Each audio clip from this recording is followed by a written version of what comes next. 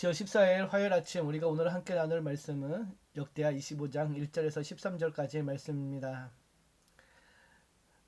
요아스에 이어 그의 아들 아마샤가 왕위에 오릅니다. 오늘 본문 2절을 보면은 아마샤가 여호와께서 보시기에 정직하게 행하기는 하였으나 온전한 마음으로 행하지 아니하였더라. 그는 왕위에 오른 후 여호와 보시기에 정직하게 행하였다라고 역대 기자는 전하죠. 그러나 한 가지 단서가 있습니다. 온전한 마음으로 하지 아니하였다라고 기록을 하죠. 겉으로는 하나님을 섬기지만은 마음 한편에는 여전히 세상의 계산과 현실적인 판단이 남아 있었던 것입니다. 이렇게 왕에 오른 아마샤는 3절에서 4절을 보면은 그의 왕위가 굳게 서자 자신의 아버지를 죽인 신하들을 처벌하게 됩니다. 이는 고대 근동의 왕권 확립의 과정에서 흔히 일어나는 일이었는데요. 그런데 아마샤는 그들의 자녀들은 죽이지 않았다라고 기록을 하죠.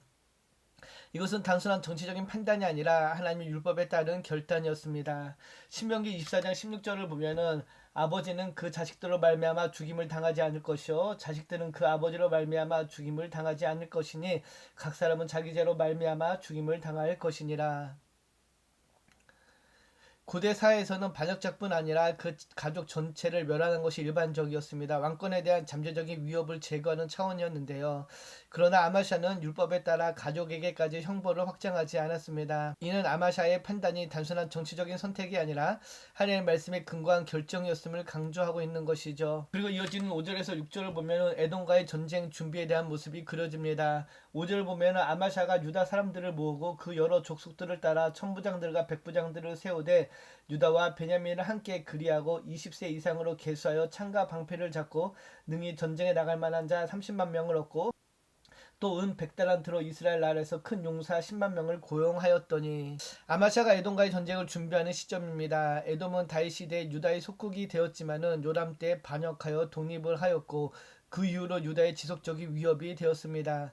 이제 아마샤는 왕권을 완성시킨 후에 아버지 시대에 잃었던 에돔을 다시 정복하려는 의도로 군대를 소집합니다.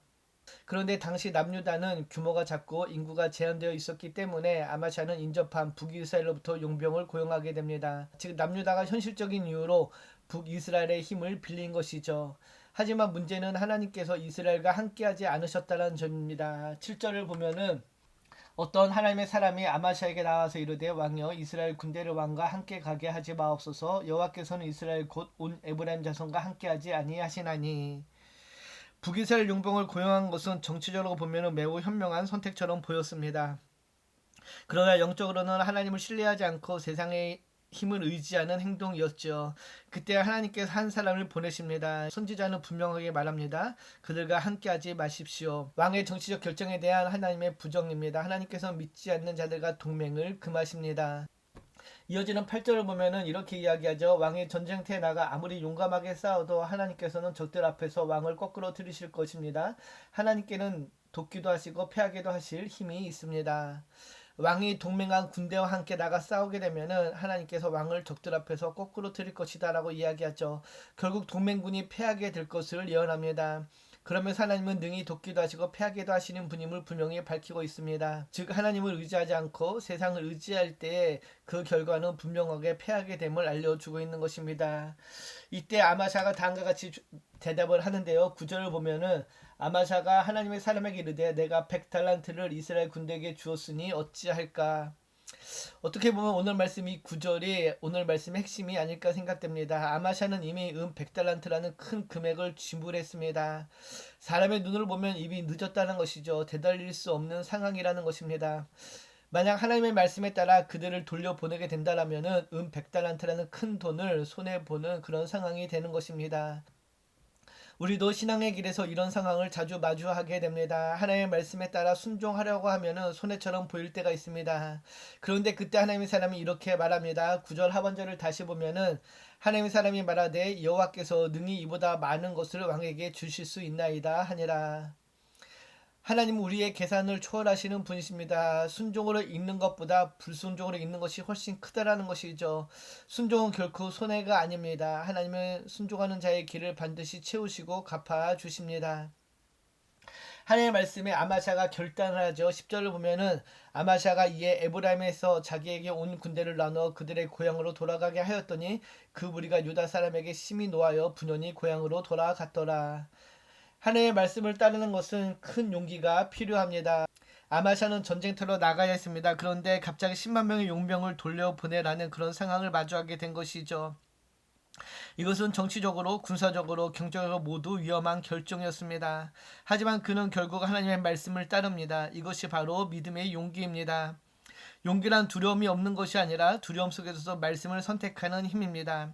사람의 시선보다 하나님의 말씀을 우선순위에 두는 것이 바로 진정한 용기임을 기억하시기 바랍니다. 우리도 때로는 결단을 해야 될 상황이 있습니다. 하나님의 말씀이 나의 계획과 부딪힐 때 말씀을 선택하는 용기를 갖기를 축복합니다. 그때 하나님께서 우리의 길을 인도하실 것입니다. 그리고 이어지는 11절에서 22절을 보면 순종의 결과가 알려지죠. 아마샤가 담력을 내어 그의 백성을 거느리고 소금 골짜기에 이르러 세일 자손 10,000명을 죽이고 유다 자손이 또 10,000명을 사로잡아 가지고 바위 꼭대기에 올라가서 거기서 밀쳐 내려뜨려서 그들의 온몸이 부서지게 하였더라. 아마샤는 결국 하나님의 말씀에 순종했고 유다의 군사들과 함께 에돔을 크게 무찌르게 됩니다. 아마샤는 이스라엘 용병 10만 명을 돌려보내고 순종으로 인해 전력이 줄어든 상태였지만 그럼에도 불구하고 하나님은 그 순종에 놀라운 승리를 주셨습니다. 인간의 개선으로 보면 손해였지만은 하나님의 관점에서는 은혜의 조건이 바로 순종이었다라는 것이죠. 하나님은 순종의 빈자리를 하나님의 능력으로 채워 주셨습니다. 하나님의 말씀을 따르는 길은 때로는 돌아가는 것 같고 때로는 손해보는 것 같지만은 결국 하나님은 그 길을 온전하고 완전하게 승리의 길로 인도하십니다. 우리의 순종은 즉시 보상받지 못할 수도 있습니다. 그러나 하나님은 결코 순종을 헛되지 않게 하십니다.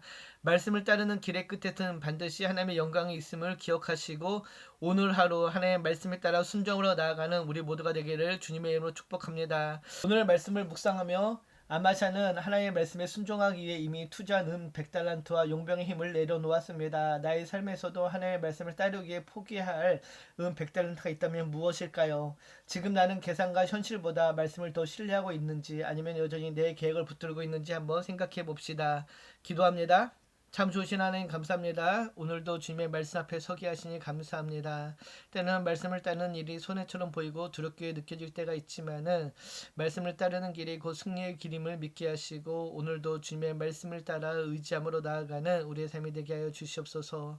사람의 계산보다 말씀을, 이익보다 순종을, 두려움보다 믿음을 선택하는 우리의 삶의 자리가 되기를 소망하며 우리를 구원하신 예수님의 이름으로 감사하며 기도드립니다. 아멘.